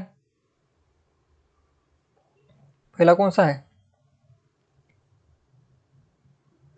पहला स्मरण का है, याद करने का स्मरण, उसके बाद अवबोध, फिर चिंतन। तो ये क्या है, मानसिक विकास ही है सीखने के दृष्टिकोण से। वैसे ही उसमें विकास में क्या है, पहले शैशवावस्था, फिर बाल अवस्था, फिर किशोरावस्था और प्रौढ़ावस्था। और उसमें आपके जन्म से लेकर 5 वर्ष तक जो है आप चलना सीखते हो, फिर बेसिक भाषा को सीखते हो। उसके बाद 6 साल के बाद जो आप भाषा बोलना सीख जाते हो। फिर उसमें उसके बाद जो है आप में विचार आना शुरू हो जाते हैं जब आप प्रौढ़ावस्था में चले जाते हो, किशोरावस्था। तो ये एक निश्चित क्रम है इसका विकास का। और ये क्या है, परिवर्तन, इसमें परिवर्तन होता है। और इसमें परिवर्तन रचनात्मक या विनाशक होता है विकास में। एक तो रचनात्मक होगा या फिर विनाशक होगा। फिर जन्म से किशोरावस्था तक क्या होता है, अभिवृद्धि। हमने कहा था आपको पहले ही कहा था कि एक बार आपकी उम्र जो है 21 साल लगभग हो जाए, उसके बाद आपकी ऊंचाई नहीं बढ़ती। आपके दांत जो है आना, जो 32 दांत जो होते हैं हमारे मुंह के अंदर, वो आ जाते हैं, उसके बाद कोई दांत नहीं आते। अगर वो दांत गिर गए तो फिर दांत नहीं आएंगे। या फिर आपके जो हाथ का, पैर का जितना भी बढ़ाई होनी थी वो बढ़ गया, आपके अंदर भी शरीर में जितने भी अवयव है उनका जो विकास जो पूरा हो चुका है, इसके आगे वो बढ़ेंगे नहीं। इसलिए अभिवृद्धि क्या है, किशोरावस्था में खत्म हो जाती है। लेकिन ये विकास क्या है, विकास गर्भावस्था से मृत्यु तक, क्योंकि इसमें जो मानसिक पहलू आता है विकास में। तो ये मानसिक पहलू के कारण इसे लिखा गया है मृत्यु तक, क्योंकि आपके मन का विकास जो है गर्भावस्था से ही शुरू हो जाता है, मन का भी और शरीर का भी अवस्था। तो ये विकास के अंतर्गत गर्भ से लेकर मृत्यु तक विकास होता रहता है। इसमें क्या है, मात्रात्मक परिवर्तन है। मात्रात्मक यानी कि क्वांटिटी में, और गुणात्मक का अर्थ होता है क्वालिटी। मात्रात्मक यानी कि जैसे जैसे 3 हो गए, 4 हो गए, 5 हो गए, इसे क्या कहते हैं हम, मात्रा। मेरे पास 5 आम है, या फिर मेरे पास 6 एप्पल है, 7 एप्पल है, इसे क्या कहते हैं हम, जिसे हम मात्राओं में गिन सकते हैं, 10 है, 15 है, 20 है, 40 है, इसे मात्रात्मक कहते हैं। लेकिन गुणात्मक क्या कहते हैं, क्वालिटी। मेरे पास एक ही सेब है लेकिन मीठा है, तो इसे क्या कहेंगे, गुणात्मक, जिसमें क्वालिटी हो। तो अभिवृद्धि क्या होती है, मात्रात्मक, क्योंकि उसमें हम गिनते हैं, क्या गिनते हैं, ऊंचाई गिनते हैं, 6 फीट, 5 फीट, 4 फीट। और वजन वजन गिनते हैं, 100 किलो, 50 किलो। ये क्या है, इसे मात्रात्मक है, इसे गिना जा सकता है। लेकिन विकास क्या है, गुणात्मक है, उसमें मन का पहलू भी है, मानसिक पक्ष भी है, इसलिए उसे हम गिन नहीं सकते। उसमें हम क्वालिटी ढूंढ सकते हैं कि इसका विकास अच्छा हुआ है, इसकी भाषा अच्छी है, इसके संस्कार अच्छे हैं, तो उसके उसे क्या कहते हैं, उसे हम गुण कहते हैं, क्वालिटी कहते हैं उसे। तो ये गुणात्मक परिवर्तन किसमें होता है, विकास में होता है। अभिवृद्धि में क्या होता है, मात्रात्मक। अभिवृद्धि को सीधे माप सकते हैं। अभिवृद्धि को क्या है, सीधे माप सकते हैं। जैसे आपको वजन के कांटे पर खड़ा करके आपका वजन मापा जा सकता है, आपकी हाइट मापी जा सकती है एक पट्टी लेकर, स्केल पट्टी या फिर वो जो मापने वाली पट्टी आती है उससे। लेकिन विकास क्या है? विकास को हम माप नहीं सकते कि आप कितने बुद्धिशाली हो। कोई ऐसी मशीन है जिससे आपकी बुद्धि पता लग जाए, आपका आईक्यू क्या है? नहीं पता कर सकते। तो इसे सीधा मापा नहीं जाता विकास को। तो ये मूल अंतर है दोनों में।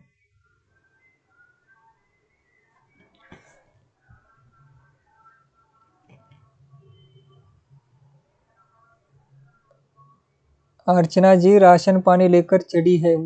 अच्छा अच्छा, अर्चना जी का मैसेज। अर्चना जी क्या मैसेज है आपका? 400। अर्चना जी का 400 किलो वजन है। सभी लोग ध्यान दीजिए, अर्चना त्रिपाठी जी का जो वजन 400 किलो है। तो सभी लोग उनको मुबारकबाद दीजिए, क्योंकि उन्होंने विश्व रिकॉर्ड बनाया है। क्योंकि इतना वजन इंसानों का तो नहीं होता, तो उनको Guinness book of world record में नाम दर्ज कर लेना चाहिए। तो भारत के लिए अच्छी बात है ये। और कौन कौन का किसका किसका प्रश्न है? कुछ समय तो हो गया है, लेकिन जो है थोड़ा हम ये जो वंशानुक्रम और वातावरण एक बार पढ़ लेते हैं, क्योंकि हमारा जो है 2-3 दिनों से क्लास नहीं हुई थी। तो ये एक पॉइंट हम कवर कर लेते हैं, वंशानुक्रम और वातावरण, जो कि हमने पीछे भी पढ़ा है, लेकिन फिर से हम जो है यहाँ पर पढ़ेंगे। बालक को अपने माता पिता, परिवार सदस्यों और पूर्वजों से जो भी शारीरिक और मानसिक विशेषताएं और गुण प्राप्त होते हैं, उन्हें वंशानुक्रम के नाम से जाना जाता है। विज्ञान की एक शाखा के अनुसार एक पीढ़ी से दूसरी पीढ़ी को जो गुण हस्तांतरित किए जाते हैं, उन्हें वंशानुक्रम कहते हैं। जेम्स ड्रेवर माता पिता की शारीरिक एवं मानसिक विशेषताओं का संतानों में हस्तांतरण होना ही वंशानुक्रम है। इस प्रकार वंशानुक्रम का गुण माता पिता द्वारा अपने बच्चों में हस्तांतरित होता है, जबकि विकास मानव और उसके वातावरण की अंतःक्रिया के परिणाम पर निर्भर करता है। तो वंशानुक्रम क्या है आपको पता था? वंशानुक्रम मैंने आपको बताया डीएनए से जुड़ा हुआ विषय है। डीएनए डीएनए सभी लोग समझते हैं। डीएनए में क्या होता है कि जिस प्रकार से आपके माता पिता का चेहरा है, जिस प्रकार के आपके माता पिता की ऊंचाई है, जिस प्रकार के आपके माता पिता को जो है उनके अगर उनको कोई रोग है या फिर कोई बीमारियां हैं, वो सारी आप में आएंगी। उनका अगर उनकी आंखों का कलर अगर अलग है, जैसे किसी का कलर ब्लू होता है आंखों में, या फिर अलग प्रकार के कलर होते हैं, तो उनके बेटियों में भी जो है ऐसे आंखें आ जाती है। किसी के घुंघराले बाल होते हैं ऐसे, तो उनके बेटे के भी बाल वैसे ही होते हैं। अगर कोई श्याम वर्णीय है तो उसका बेटा भी उस कलर का होगा। अगर कोई गौर वर्णीय है तो उसका भी बेटा उसके जैसा दिखाई देगा। उसके चेहरे का माप, उसकी नाक, ये सभी जो है अपने माता पिता से आपको मिलते। केवल माता पिता से नहीं, आपके दादा दादी, दादा दादी और नाना नानी से भी ये जो है गुण आपके अंदर आ सकते हैं। तो इसी कारण से जो एक बात आपको मैं बताता हूँ, इसी कारण से क्या है कि हमारे डीएनए एक होने के कारण कभी भी आपको अपने परिवार में शादी नहीं करनी चाहिए। यहाँ की जैसे इंडिया में देखा जाता है कि बहुत सी जगहों में जो है अपनी जो है मामा की लड़की के साथ या फिर चाचा की या फिर मौसी की लड़की के साथ शादी की जाती है इंडिया में, जिसका परिणाम क्या होता है कि दोनों का डीएनए एक होता है, क्योंकि उनके नाना नानी और दादा दादी एक ही होते। उसके कारण जो उनके डीएनए में जो भी बीमारियां है, वो उनके आने वाली पीढ़ियों में 2x होकर आती है, यानी कि दुगनी होकर। क्योंकि दोनों के अंदर वो बीमारियां है, तो दोनों को मिलकर 2x हो जाएगी और वो बच्चा और ज़्यादा बीमार और ज़्यादा कमज़ोर पैदा होता है। इसलिए ये कहा जाता है साइंस की अपने परिवार में आपको कभी शादी नहीं करनी चाहिए। लेकिन इंडिया में आप कल्चर देखेंगे कि अपनी मामा की लड़की के साथ या फिर मौसी की लड़की के साथ जो है शादियाँ होती है, इंडिया में भी होती है। और जो अविकसित देश है उनमें भी ये ज़्यादा कल्चर दिखाई देता है। तो ये आपको कभी नहीं करना चाहिए, जिससे आपकी आने वाली पीढ़ी जो है इससे ख़त्म हो जाती है। यही कारण है कि जो अभी पारसी समुदाय है उनकी संख्या का जो है 50,000 तक जो है सिमट गई है। तो 50,000 तक जो सिमट गई है, क्योंकि वो अपने समुदाय के अलावा किसी दूसरे समुदाय में शादी नहीं करते पारसी समुदाय। इसी कारण से जो है उनकी धीरे धीरे संख्या खत्म हो रही है, और आने वाले 25 सालों में उनकी 25,000 तक संख्या हो जाएगी देश में। तो यही कारण है कि आपको एक वंश में कभी शादी नहीं करनी चाहिए, उससे आपका वंश पूरा खत्म हो सकता है। तो ये बात आपको याद रखनी चाहिए। इसलिए आप जितना दूर हो सके उतनी दूर की रिश्ते में आप शादी कीजिए, जिससे आपके बच्चे हेल्दी पैदा होंगे, क्योंकि उनमें आपका डीएनए नहीं होता। जब डीएनए मैच होता है तो साथ ही साथ अच्छाइयों के साथ बुराइयां भी साथ आ जाती है, सारे रोग भी साथ आ जाते हैं। तो डीएनए में क्या होता है, आपके माता पिता, दादा दादी, नाना नानी से जो भी गुण क्वालिटी है वो आपके अंदर आएगी। जैसे आपके दादा के बाल घुंघराले थे तो आपके भी हो सकते हैं, या फिर आपके बेटे के हो सकते हैं, या फिर आपके पिताजी के हो सकते हैं, या फिर आपके पिताजी ऊंचे हैं, लंबे हैं, तो आप भी जो है ऊंचे या फिर लंबे हो सकते हैं। इसी वंशानुक्रम कहते हैं। ठीक है, इसमें कोई डाउट नहीं होगा आपको, ये तो नॉर्मल सी बात है, ये नॉर्मल सी बात है। ठीक है, वंशानुक्रम और वातावरण की बातें हम अगली क्लास में करेंगे। वातावरण के जैसे मैंने बताया, कुपोषण का उदाहरण दिया था कि जिस प्रकार से आपको खाना पीना मिलेगा, जिस प्रकार से आपको माहौल मिलेगा, वो वातावरण के अंतर्गत आता है, उससे भी आपके शरीर पर परिणाम पड़ते हैं।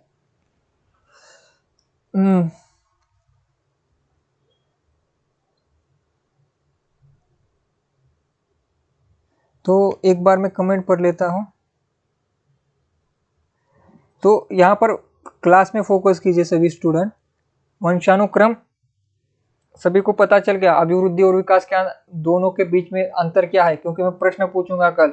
अगर प्रश्न पूछूंगा और उत्तर नहीं आएगा तो देखिए अच्छा नहीं होगा, मैं फिर मुर्गा बना दूंगा क्लास में, आपको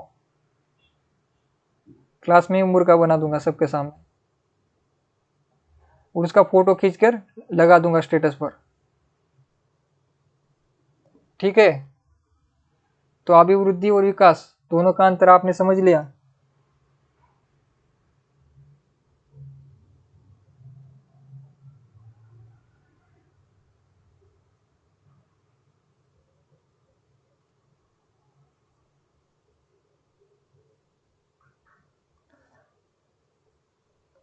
तो किसी किसी को कोई डाउट हो तो वो कॉल पर आ सकता है, मैं कॉल कनेक्ट कर देता हूँ अगर किसी को कोई डाउट हो तो। किसी को कोई डाउट हो तो एक बार मैं यहाँ से कॉल कनेक्ट कर देता हूँ क्लास का, अगर किसी को कोई डाउट हो तो पूछ सकता है।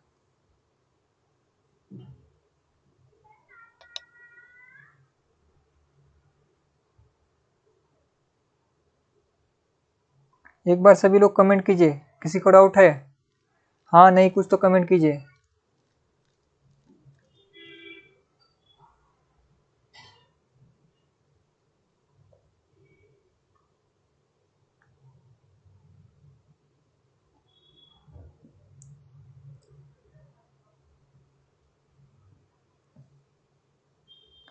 अर्चना जी का क्या है, क्या प्रश्न है अर्चना जी, आप फिर से पूछिए।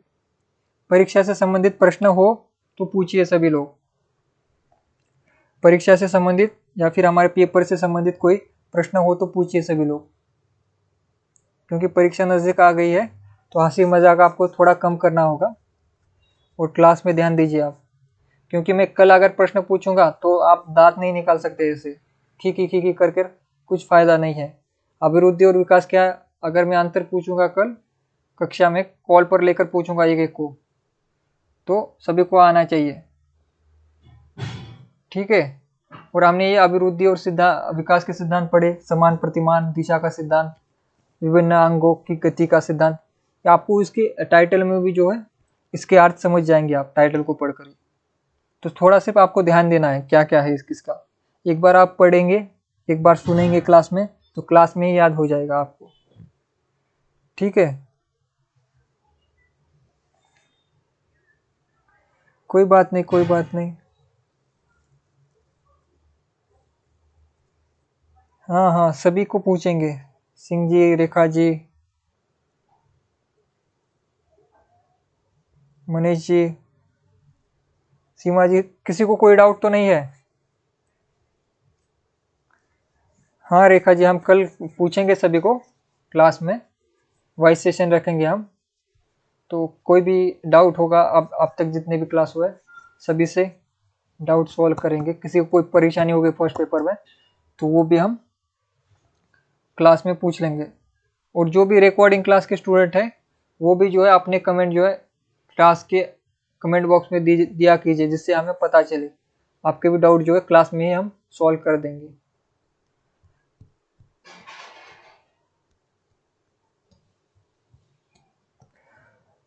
तो आगमनात्मक और निगमनात्मक का अंतर जो है आपको मैं एक बार बता दूंगा। सीमा जी अभी क्लास में आज ही बताता हूँ।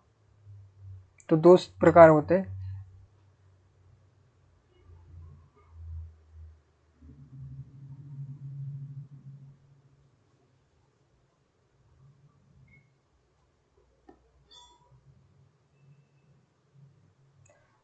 तो यहाँ पर देखिए मैं आपको छोटे छोटे उदाहरण से समझाता हूँ जिससे आपको समझ आएगा। फिर पहले हम आगमन लेते हैं। सभी लोग ध्यान दीजिए।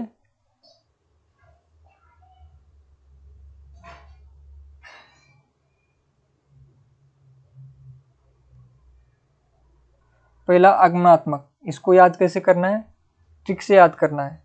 हमारी जो है शब्दकोश में वर्ण जो होते हैं सब आ से शुरू करते हैं नॉर्मली। जैसे अंग्रेजी में ए होता है, हमारे यहाँ पर आ होता है। तो जब हम आ कब सीखते हैं, जब हम छोटे बच्चे होते, कक्षा 1 में जाते हैं, फर्स्ट क्लास में। तो आगमन का क्या है, आगमनात्मक में क्या होता है कि हम छोटे छोटे उदाहरण लेते हैं। जैसे जैसे हमारे पे यहाँ पर याद लेंगे उदाहरण, रमेश की गाय दूध देती है। और फिर दूसरा उदाहरण लेंगे, राम की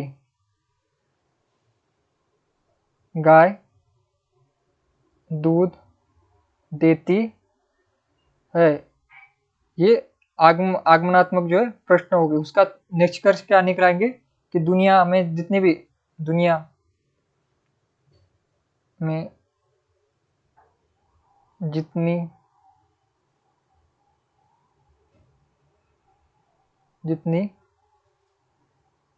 भी गाय है वह दूध देती है। तो इसमें आगमन और निगमन में क्या है कि हम छोटे छोटे प्रश्नों से जो बड़ा उत्तर जब निकालते हैं उसे आगमन कहते हैं। जैसे श्याम की गाय दूध देती है या रमेश की गाय दूध देती है और राम की गाय भी दूध देती है। तो इसका मतलब क्या होगा कि सबकी गाय भी दूध देती होगी, क्योंकि हमने दो जो है गौण कथन लिए और उससे एक मुख्य कथन जब हम बनाते हैं तो उसे आगमनात्मक पद्धति कहा जाता है। तो इसे आपको याद कैसे करना है, ए फॉर एप्पल और से हम याद करते हैं ना, अ आई से। तो सबसे पहले हम क्या करते हैं, छोटे से शुरुआत करते हैं ना। तो जहां पर छोटे वाक्य मिलते हैं और उससे बड़ा निष्कर्ष निकलता है तो उसे आपको आगमन कहना है। जैसे आप छोटे होते हैं तब आपको कुछ नहीं आता कक्षा 1 में, तो धीरे धीरे आप सीखते हो। तो यही ट्रिक है आगमन का, कि आगमन में आप छोटे छोटे वाक्य, जैसे रमेश की गाय दूध देती है, शाम की गाय दूध देती है, इसका मतलब दुनिया में जितनी भी गाय होगी वो दूध देंगी। ये आगमन हो गया। और निगमन का क्या होता है, निगमन का उसका उल्टा होता है। निगमन में क्या होता है कि निगमन में उल्टा होगा कि दुनिया की सारी गाय दूध देती है, दुनिया की सारी गाय दूध देती है। तो रमेश के पास भी एक गाय है तो रमेश की गाय भी दूध देगी। श्याम के पास भी एक गाय है तो उसकी भी गाय दूध देगी। तो जब हम मुख्य कथन से गौण कथनों की तरफ जाते हैं तो तब निगमात्मक होता है। आगमात्मक में क्या है कि छोटे छोटे कथनों से बड़े कथन कहते हैं। समझ गए, इसे आगमन और निगमन कहा जाता है।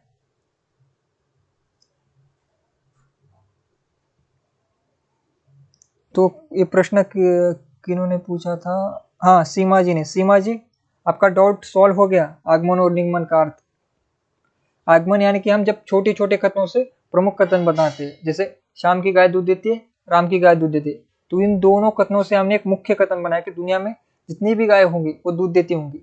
और निगमन में क्या है, हम पहले प्रमुख कथन लेते हैं, बड़ा कथन लेते हैं, यूनिवर्सल लेते हैं। यूनिवर्सल कथन से जो है हम छोटे कथन की तरफ जाते हैं। जैसे दुनिया की सारी गाय दूध देती है, तो मेरे पास भी एक गाय है, आपके पास भी एक गाय है, तो आपकी भी गाय दूध देगी, मेरी भी गाय दूध देगी। क्योंकि दुनिया की सारी गाय दूध देती है। ये जो कथन होते हैं वो निगमनात्मक कथन होते हैं, जहाँ पर यूनिवर्सल बात पहले की जाती है और उसके आधार पर छोटी गौण बातें की जाती है। और आगमन में पहले छोटी छोटी बातों को जोड़ा जाता है, उससे बड़ी बात को कहा जाता है। तो इसमें कोई डाउट नहीं है।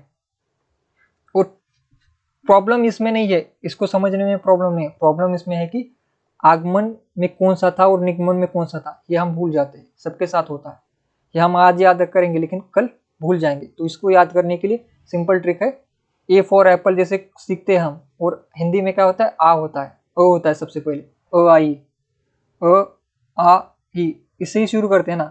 तो जहाँ पर शुरुआत होती है हमारे बचपन में, तो तब क्या, हम छोटा छोटा क्या होते हैं, हम छोटे होते हैं, छोटे कदम शुरू करते हैं। तो छोटे से हम बड़े होते हैं, तो वो आगमन में आता है। तो ये याद कर लिया तो दूसरा तो याद हो जाएगा। आगमन में क्या है, छोटी छोटी बातों से बड़ी बातें करना। जैसे हम अ आई से जो है पूरे कविता, कहानी, निबंध, उपन्यास लिखना शुरू करते हैं, लेकिन पहले हमें क्या लिखना होता है, अ लिखना होता है, पहले अ आई सीखना होता है। तो आगमन में वही आएगा, पहले छोटी बातें, छोटी छोटे कथनों से बड़ा कथन कहना, यूनिवर्सल कथन कहना। रमेश की गाय दूध देती है, श्याम की गाय दूध देती है, इसलिए दुनिया की जितनी गायें होंगी वो दूध देंगी। ये आगमनात्मक जो है कथन हो गए। निगमात्मक में क्या है, बड़ा कथन, यूनिवर्सल कथन, विश्व भर में जो सत्य है उस सत्य को लेकर छोटा सा सत्य कहना। जैसे दुनिया की सभी गाय दूध देती है, ये विश्व सत्य है, उससे ही हम छोटा सत्य निकाल सकते कि मेरे पास गाय है या फिर आपके पास कोई गाय है तो वो भी दूध देगी, क्योंकि दुनिया की सारी गाय दूध देती है। वो निगमात्मक में आता है। तो ये इतना सिंपल है, सिर्फ आपको ये अ से याद करना है। अ से हम शुरुआत करते, उससे छोटे छोटे कथन जहाँ पर आएंगे, छोटी छोटी बातों से जब बड़ी बात होती है तब आगमनात्मक होता है, और बड़ी बात से जब छोटी बात की जाती है तब निगमनात्मक होता है। इतना ही ट्रिक है आपको याद करने का। तो ये सब जो है रिसर्च में हम काम लेते हैं। रिसर्च में हम जब भी कोई प्रमाण देते हैं तो उसमें आगमन या फिर निगमन पद्धति का प्रयोग करते हैं।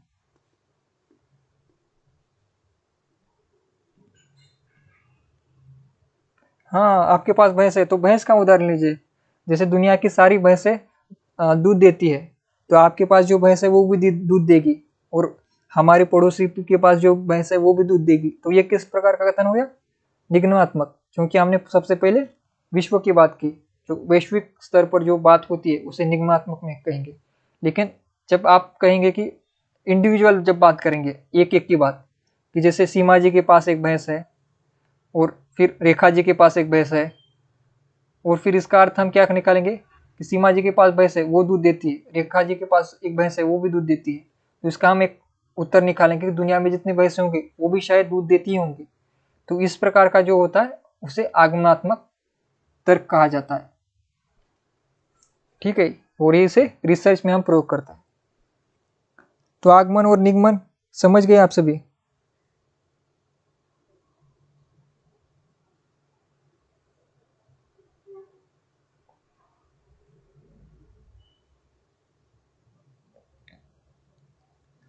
ठीक है सीमा जी, डाउट सॉल्व हो गया आपका।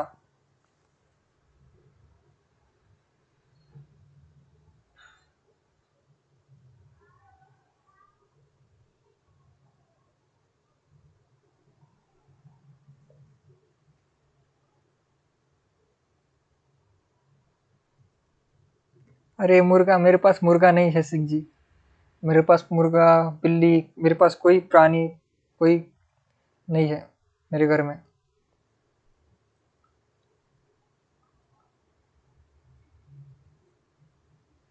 जी, सीमा जी को भी आगमन और निगमन का अंतर समझ में आया है। तो आज की क्लास जो है हम यहाँ पर समाप्त करेंगे। किसी को कोई प्रश्न हो तो पूछ सकते हैं, यहाँ पर पूछ सकते हैं आप, कमेंट में, लाइव कमेंट में पूछ सकते हो आप, ग्रुप में पूछ सकते हो आप, या फिर कमेंट बॉक्स में यूट्यूब पे आप कमेंट कर सकते हैं, या फिर हम अभी लाइव लेंगे तो भी वो आप प्रश्न पूछ सकते हैं, या फिर हमारी टीम में भी किसी किसी के पास आप प्रश्न छोड़ सकते हैं, वो हमें प्रश्न दे देंगे। ठीक है, तो प्रश्न पूछने के लिए कोई सीमा नहीं है। आप कब रात के 12 बजे भी आप ग्रुप में आप मैसेज कर सकते हैं, या फिर टेलीग्राम चैनल पर आप मैसेज डाल सकते हैं, या फिर यूट्यूब चैनल पर, जिसे मैं जब सुबह उठूंगा तो देख लूंगा, और नेक्स्ट क्लास में जो है आपको उत्तर मिल जाएगा। तो कोई भी प्रश्न आपको हो तो आप कभी भी पूछ सकते हैं, प्रश्न पूछने के लिए कोई समय नहीं है। टेलीग्राम चैनल हमारा 24 घंटे ऑन ही होता है, वो कभी ऑफ नहीं रहता, तो वहाँ पर भी आप प्रश्न पूछ सकते हो। तो एक बार जो है अभी सभी लोग जो लाइक शेयर कमेंट कीजिए, सभी लोग जो है एक बार सब्सक्राइब कर लीजिए चैनल को, ठीक है। और आज कोई ड्रैगन बिगन हम नहीं उड़ाएंगे, ठीक है। आज की क्लास यहीं पर हम समाप्त करेंगे। सभी को धन्यवाद।